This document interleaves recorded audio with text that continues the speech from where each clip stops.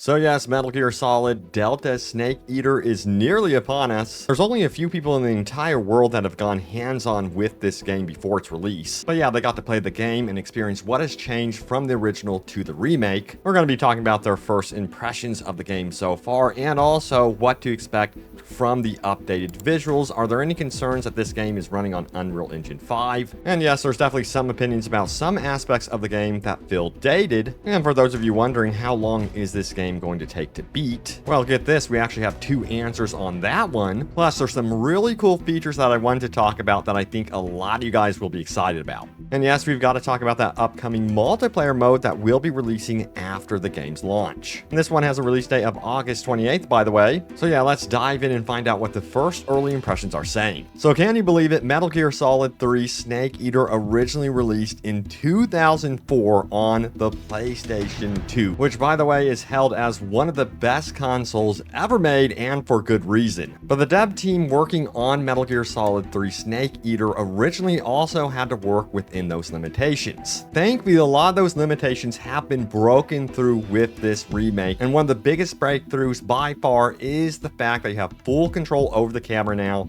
and also an updated control scheme. So yeah, Snake Eater is very much still a stealth action game first, and then you rely on your guns secondary. But from what we're hearing so far from early impressions is that both the stealth and the gunplay are feeling very updated, very sleek, and modern to what you would expect from a modern Metal Gear experience. And a perfect example of this is that yes, now Snake can actually crouch walk, which is by far the most important thing for a modern stealth game, which was not in fact in the original Snake Eater. Now, that being said, there were some previews that did indicate that this game does feel like it's stuck in a prior generation, even when it comes to the updated control scheme, saying that Snake unfortunately does not move with the fluidity of his Metal Gear Solid 5 counterpart. So yeah, if you're going from Phantom Pain straight into this one, do not expect it to be like one-to-one in terms of the control scheme. There might be some getting used to the controls with this one, of course, because this is going to be a pure nostalgia trip. And by the way, if you're really wanting a nostalgic trip,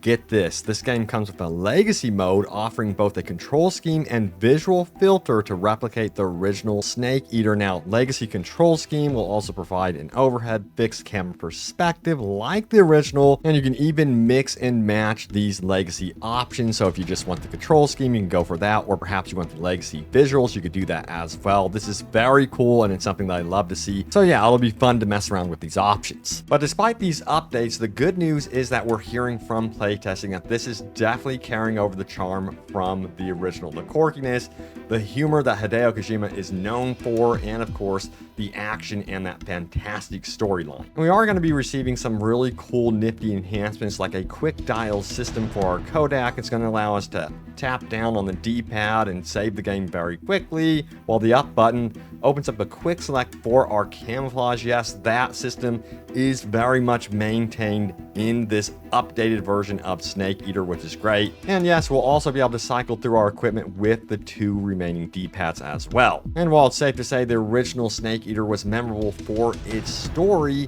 it's also the boss battles which were iconic, and I have very good news about those. And as you may remember, the boss battles in the original Snake Eater became more complicated as the game went on, and the previous control scheme really didn't complement that fact. But from what we're hearing from the early impressions is that this updated control scheme is really helping out with these boss battles, making them even better. But because the player has full control over the camera, the dev team realized that, hey, we're going to have to update the AI alongside this. So they did a complete AI overhaul and updated everything in regards to how they react to Snake and how they do their patrols, and also their alert and awareness factors. Because yes, you got to remember, in the original Snake Eater, you didn't have control over the camera as much, not even close to what we're getting now. And because of the updated control scheme, the ability to really hone in to where the enemies are, well, the enemies also needed fine-tuning to really match the skill level of the player with this new updated control scheme and camera.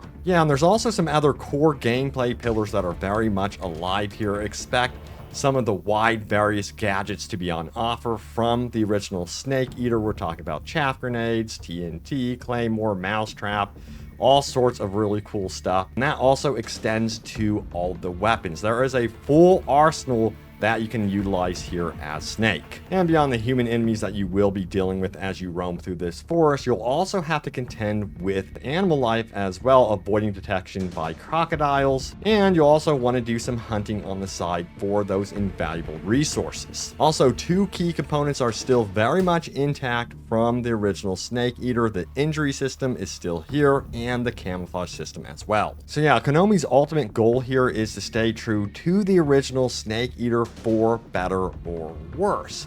And that really does show here with some core mechanics of the game, especially when it comes to the actual world design. Now, if you're coming straight from Metal Gear Solid 5, The Phantom Pain, from its open world, and you're headed into, of course, the Snake Eater remake, do not expect a fully fleshed open world, and it should not be that way anyway. You know, not every Metal Gear game has to go open world. I mean, if you look at the Uncharted franchise, for example, those games don't need to be open world whatsoever, and they shouldn't be. So it's great to know that the dev team has remained true to that aspect, that we are going to be getting a very linear experience here, and then hit those story beats, expect stealth segments, and expect those boss battles along the way. And yes, those stealth segments are going to be broken up by these very action-packed on-rail segments, which are going to be awesome. I always love these segments in the previous Metal Gear games. Man, I gotta say, I really do hope they keep remaking these, because I want to see a Metal Gear Solid 4 remake eventually. Because Guns of the Patriots also had some very memorable on-rail sections. But you know, back to the world design, it's great that they've stuck to their guns and that they are not changing up the game too much. In fact, the dev team said, you know, if we did open world, if we messed around with that, it would break the game essentially, and it would become an entirely different game. It would not be Snake Eater. So I'm so grateful that they knew not to do that. However, there are some things that you do need to consider with how the world is actually laid out, which is kind of in like stages, I guess you would say,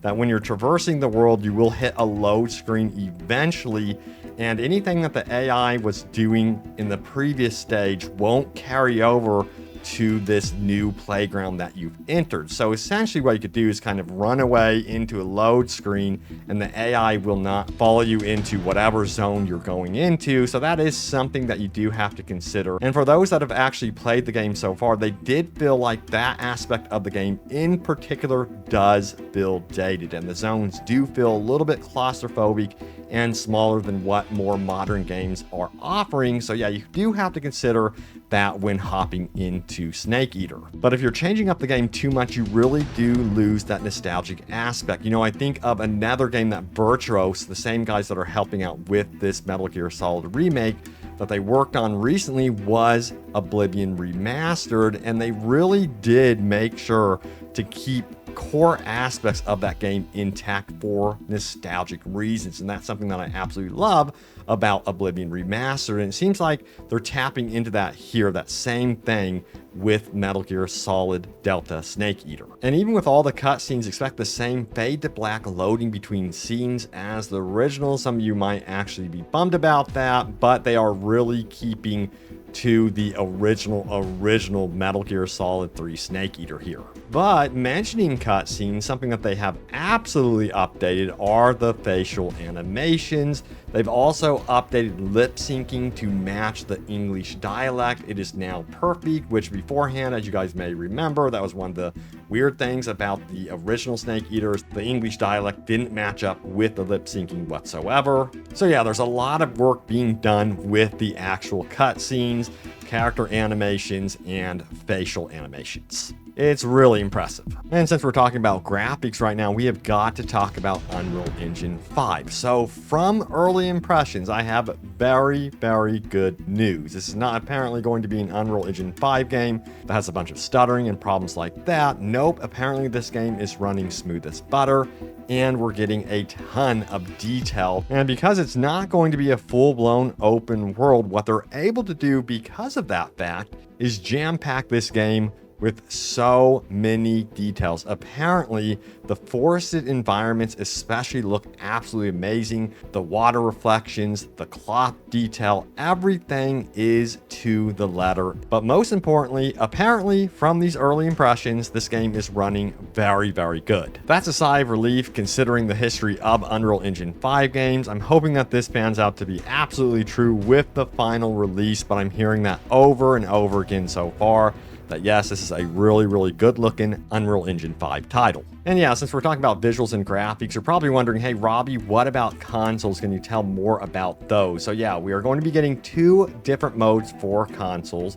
which is going to be quality mode and performance mode. Now in quality mode, it's going to be our fidelity mode, which is going to focus on a 4K resolution at 30 frames per second. Performance mode is going to be about smooth, responsive gameplay running at 60 frames per second, but a dynamic 1080p experience, and it's going to potentially upscale to a higher resolution as well. But yeah, I'm kind of curious, are you going to go for quality mode at 30 frames per second, focusing up on that fidelity, or the performance mode where it gives you that 60 frames per second? Now, there's also some important notes about the PS5 Pro version of the game, because we're going to be seeing enhancements there for Metal Gear Solid Delta. So we're going to be seeing PSSR, which is going to allow for the trees and the lush vegetation of the game's jungle terrain to become more vivid, according to creative producer of Konami Digital Entertainment. Now, they did go on to say this as well, that they are going to be able to deliver a smoother gameplay experience with better frame rates throughout the entire game. Now, we don't have exact specifics or numbers regarding that, but yeah, expect apparently that the PS5 Pro will be one of the best places to play Metal Gear Solid Delta. And on the PC side of things, if you're wondering, these are the system requirements right here. Some people aren't exactly happy about the recommended, but overall I'm seeing some mixed opinions, and some people are saying, hey, it's to be expected if you're going to want to run an excellent looking game on PC. But yeah, pause the screen right here. Let me know if you guys are ready for this game, if you're on PC, or if you think the recommended is asking too much. Yeah, by all means, I'm very curious, what platform are you guys going to be playing Metal Gear Solid Delta? And you're probably also wondering, how many hours is this game going to take to beat? Well, there's several different answers here. The first one is for the main story, and just doing the main story alone, that is going to take you 16 hours. But if you want the side content with the main story, you can expect 20 hours of play from the Snake Eater remake, and for completionists, you can expect 25 hours. And I think that's perfect. You know what? I recently played Mafia: The Old Country, and let me tell you what, that was one hell of a ride. That was an amazing experience, despite it being around 12 to 15 hours. I do wish it had a few more hours tacked on there, so 16 to 20 hours sounds really, really good for this type of game. And one of the things that made the original Snake Eater replayable were those various Easter eggs strewn throughout the game related to the environment, unlocking a different costume, or even a different way to kill a boss. There's some very, very cool Easter eggs that are still very much maintained in the Snake Eater remake, so rejoice, those are all still very much alive and well. So I think it's going to be a real treat for those that hop into Snake Eater for the very first time. Also in fall 2025, after Metal Gear Solid Delta releases, we're going to be getting a multiplayer mode called Foxhunt. Now, this is not going to be like Metal Gear Solid Online, which I know a lot of us would absolutely love to see the return of Metal Gear Solid Online, but that's just not the case. This is very much going to be its own thing, but it is going to be stealth-centric, and it's going to definitely have the core pillars that you know and love from the Metal Gear franchise. If it has any elements from Metal Gear Solid Online, I'm definitely there for that one. I always remember the day they shut that down. That was heartbreaking, but anyway, yeah, I really ultimately want to see Metal Gear Solid Online back, but anything multiplayer with Metal Gear, I'm definitely curious about, so we'll see how this one pans out when it finally releases. But yeah, overall, so far, early impressions are leaning more towards the positive, which is great to see, despite the fact that, yes, you know, you're going to have those weird load screens between stages, which, I don't know, maybe some of you guys might not mind that at all. Let me know in the comments down below. But what we do have here is a sleek looking game. We're hearing that it's running very, very well, and also is updated in terms of control scheme and gameplay.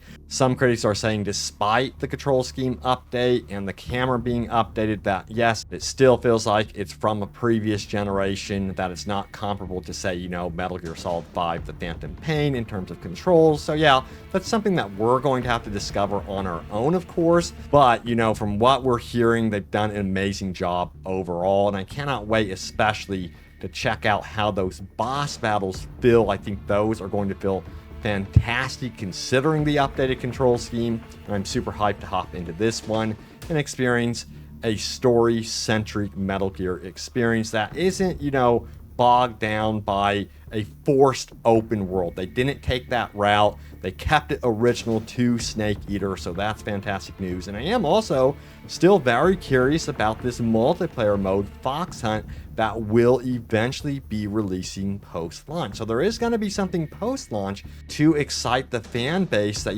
go through the campaign, finish the story, and they're done with that. Maybe they do a replay for the Easter eggs, but ultimately, we're going to lead into this potentially cool multiplayer offering. We'll see if it has any staying power.